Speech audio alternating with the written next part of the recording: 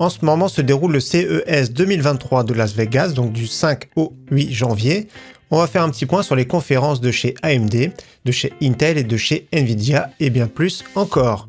Salut tout le monde, c'est Flo et j'espère que vous avez la forme. Donc je ne sais pas si vous avez suivi l'actualité, on va faire un petit point ensemble aujourd'hui dans cette vidéo.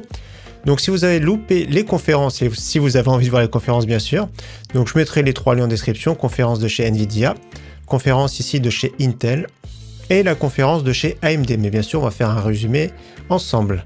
Donc première chose déjà de chez Nvidia, j'ai fait le test de la RTX 4070 Ti, elle a été officiellement annoncée. Donc le MSRP c'est 899 € TTC. Regardez l'heure qu'il est.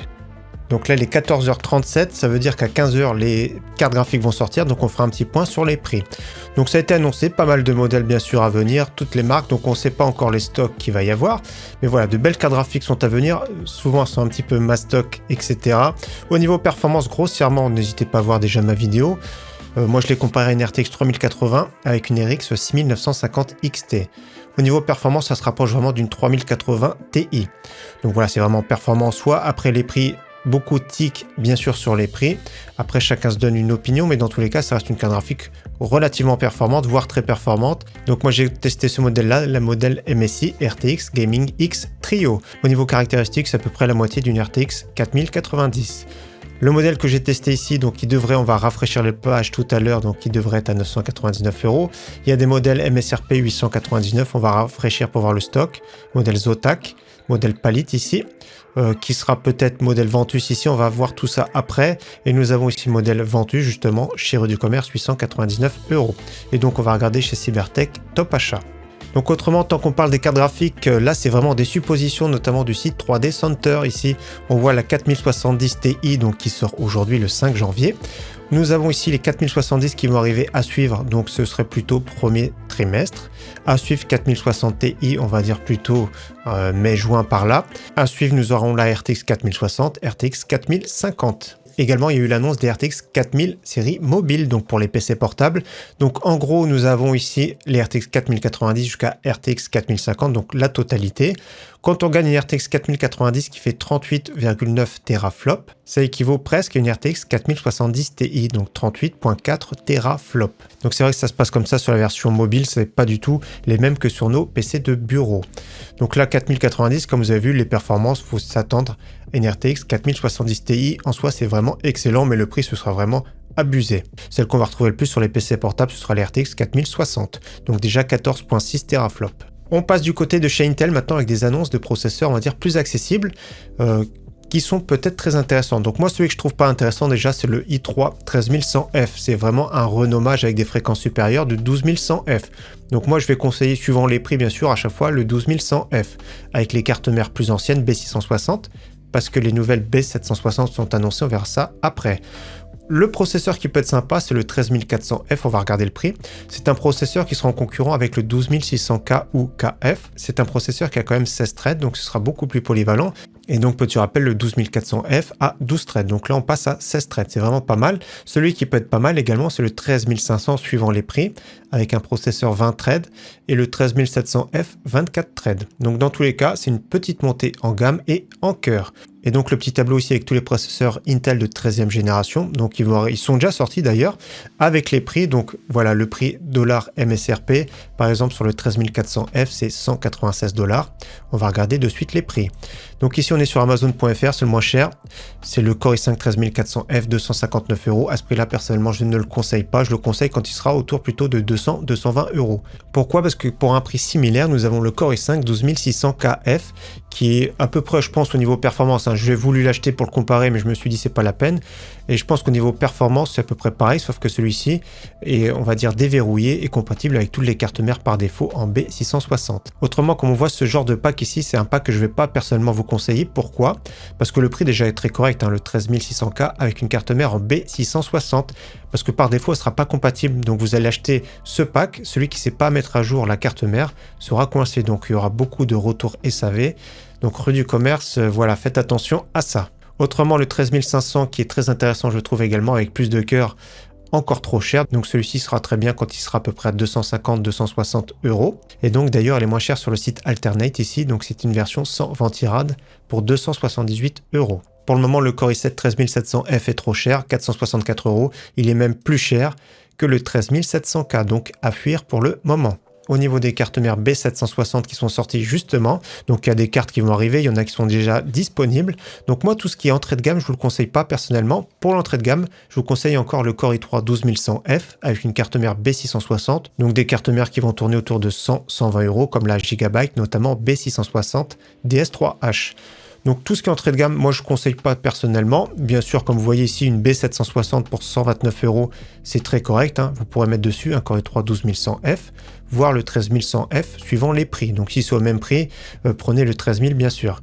Dans tous les cas, sur le milieu de gamme, on va comparer. Ça a une petite hausse de prix, c'est pas énorme en soi. Ça peut être intéressant également pour un Core i5 de 12e génération, voire 13e génération, sans souci. Et donc j'ai remarqué qu'il n'y a pas trop de modèles haut de gamme, il y a forcément toujours des modèles haut de gamme. Il y a le modèle Sonic ici pour 219 €. Après personnellement je ne suis pas fan du look, mais je trouve ça vraiment super original. Et je crois qu'il y a d'autres modèles haut de gamme, notamment de qualité. On regarde, il y a du Micro ATX, il y a les modèles Mortar qui sont vraiment très bons de chez MSI. On se rapproche après au niveau du prix des Z790. Modèle Tomahawk, c'est vraiment excellent. Donc il y a beaucoup de modèles en DDR4 encore, et il y a aussi quelques modèles en DDR5. Autre annonce de chez Intel, c'est les versions mobiles de leur CPU, donc des CPU encore plus performants qui devraient être super intéressants, donc beaucoup de déclinaisons. Ce qui va nous intéresser, ce sera surtout les modèles ici en H. Donc un modèle qui peut être très intéressant, qu'on va retrouver beaucoup sur les PC portables, c'est le i5 13600H, un processeur avec 16 threads, donc c'est vraiment très intéressant. Donc voilà, ça va arriver au cours de l'année. Donc les RTX 4000 mobiles, les processeurs 13e génération mobile de chez Intel, donc c'est vraiment du nouveau. Donc je pense qu'au début, ce sera toujours un petit peu cher, il faudra attendre plutôt le milieu d'année pour avoir des meilleurs rapports performance-prix. Du côté de chez AMD, quelques belles annonces également, surtout au niveau processeur. Donc moi, ce que je reproche, c'est quand il y a des processeurs qui arrivent après la sortie des cartes mères, c'est qu'il faudra mettre le BIOS à jour. Donc faites bien attention à ça. Donc pas d'annonce de nouveaux chipsets de cartes mères, à moins que j'ai loupé la news, mais ce sont les A620 bien sûr, qu'on attend moins cher. Donc ici au niveau des processeurs avec un TDP plus bas, c'est beaucoup mieux parce qu'il chauffait pas mal.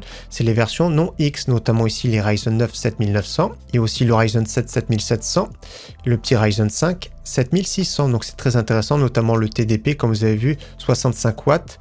Là il y a le petit ventirad qu'on connaît très bien qui est RGB, 65 watts de TDP et 65 watts pour le Ryzen 9. Ça me paraît un petit peu bas pour un Ryzen 9. Dans tous les cas, je pense que c'est vraiment des processeurs qui devraient être très intéressants. Et donc comme il compare ici notamment le 5900X avec le 7900, c'est vrai que sur la plupart des jeux, je pense que ce sera, voilà. De toute façon, en moyenne, je pense que ce sera entre 10 et 15%. Donc les prix MSRP américains, 229 $ pour le 7600. Donc on attend bien sûr, ça va arriver je pense à la fin du mois. Le 7700 ici pour 329 US $ et le 7900 pour 429. Autre annonce AMD, ça va arriver plus tard, donc ce sera sûrement d'ici un mois et demi. Ce sera les AMD Ryzen 3D V-Cache, donc plus de cache qui veut dire beaucoup plus de performance en jeu. Notamment celui-ci, le Ryzen 7 7800X 3D, 8 cœurs 16 threads, 104 de cache cumulé. Le Ryzen 9 7950X 3D, ça va être un monstre. 144 de cache L2 plus L3. Et donc entre deux, il y aura le 7900X 3D ici avec 12 cœurs 24 threads, donc 3 processeurs. On attendait uniquement le 7800X 3D, là carrément 3 processeurs avec beaucoup de cache, beaucoup de cœurs. Je pense qu'au niveau rapport performance-prix, le 7800X 3D sera le mieux placé. Donc là, ils mettent février 2023. Donc comme vous avez vu, le cache supplémentaire dessus, ça booste les performances en jeu. Donc comme ils mettent ici, notamment aussi plus 20% en moyenne, comparativement au 5800X 3D qui est déjà vraiment excellent. Donc on attend beaucoup, je pense que ça va être le meilleur, voire les meilleurs processeurs en jeu de 2023. En fin d'année, il y aura des nouveautés processeurs, je pense, de chez Intel. Donc on verra bien ce que ça donne, si ça rééquilibre la balance. Rapidement, on va comparer avec ce tableau pour comparer les versions X et non X, notamment au niveau de la fréquence totale. Donc le 7600, vous avez vu, il perd 200 MHz. Le 7700 perd 100 MHz. Le 7900 va perdre 200 MHz. Et je suis surpris au niveau de la fréquence des versions 3D V-Cache, qui sont vraiment assez hautes parce que la version 5800X 3D était vraiment pas très haute. Autre annonce d'AMD, ce sont les Ryzen série 7000 mobiles. Donc il y a des annonces, c'est vrai qu'il y a plus de cœurs, etc. C'est l'architecture Zen 4. Il y a d'autres architectures, attention, donc c'est un peu le brouhaha, on va dire. Il y a du Zen 4, du Zen 3+, du Zen 3, etc. Donc c'est vraiment très compliqué. Les séries 7040 seront bien placées, je trouve, au niveau du prix. Après, je pense que Intel, encore, au niveau mobile, est un cran au-dessus. Autre annonce de la part d'AMD, ce sont les AMD Radeon série mobile, donc 7000 et 6000 GPUs. Donc nous avons toute la liste sous architecture RDNA 3. Donc également au niveau mobile, c'est quand même beaucoup plus compliqué pour AMD parce que d'un côté ils ont la concurrence de chez Nvidia, de l'autre côté de chez Intel. Dans tous les cas, ils font quand même l'effort d'essayer de revenir et donc ça fait plaisir. Rapidement maintenant, quelques petites annonces en plus, donc des annonces surtout au niveau écran et au niveau boîtier. Après on va s'arrêter là bien sûr. Donc au niveau écran, des annonces des écrans en version 500 Hz, c'est vraiment monstrueux, notamment ici de chez Alienware, donc 500 Hz avec dalle IPS. Donc ce modèle là, ça va coûter vraiment très cher. Moi personnellement j'ai un écran de la marque Alienware, sont vraiment très jolis, mais sont quand même chers. Donc notamment ici c'est un écran 24.5 pouces, donc c'est un écran ultra compétitif. C'est vrai que certains jeux vont monter à 400, 500 FPS, donc pourquoi pas, mais franchement le prix, je pense que ça va beaucoup piquer. On enchaîne sur d'autres annonces de la marque Asus, notamment au niveau écran. Donc carrément une dalle 24 pouces 540 Hz, donc overclockée. Je pense que de base ce sera 500 Hz également. C'est une dalle qui revient ETN ou ITN. Donc les dalles TN sont un petit peu disparues, donc ça revient en mode ultra réactif ici. Donc c'est du 24 pouces, pareil compétitif. Et autre écran qu'ils ont présenté avec une dalle OLED. Donc le OLED pour moi c'est vraiment le top dans les années à venir sur les moniteur de PC, donc 27 pouces 1440p, 240 Hz, 0,03 millisecondes, donc c'est ultra réactif également. Autre annonce, ça va être de chez Samsung et il y a déjà des modèles qui sont disponibles. Ici, regardez 2000 € pour un écran 49 pouces. Donc c'est vraiment monstrueux, hein, 240 Hz. Donc au niveau des specs, ici on va faire un petit tour ensemble, mais moi personnellement j'aime pas, ça fait comme si on avait deux écrans collés. Donc ça va être bien notamment pour des jeux plutôt racing, des jeux de voiture, etc. Donc c'est du mini LED. Regardez, c'est monstrueux au niveau de la dalle, hein, c'est vraiment impressionnant. C'est comme si on collait deux écrans QHD, donc côte-côte. Donc il faut quand même des grosses cartes graphiques pour en profiter. C'est du 240 Hz également. Donc gros moniteur, mais il y a encore plus gros juste à suivre. C'est un écran ici 57 pouces. Regardez, 57 pouces, deux écrans 4K collés.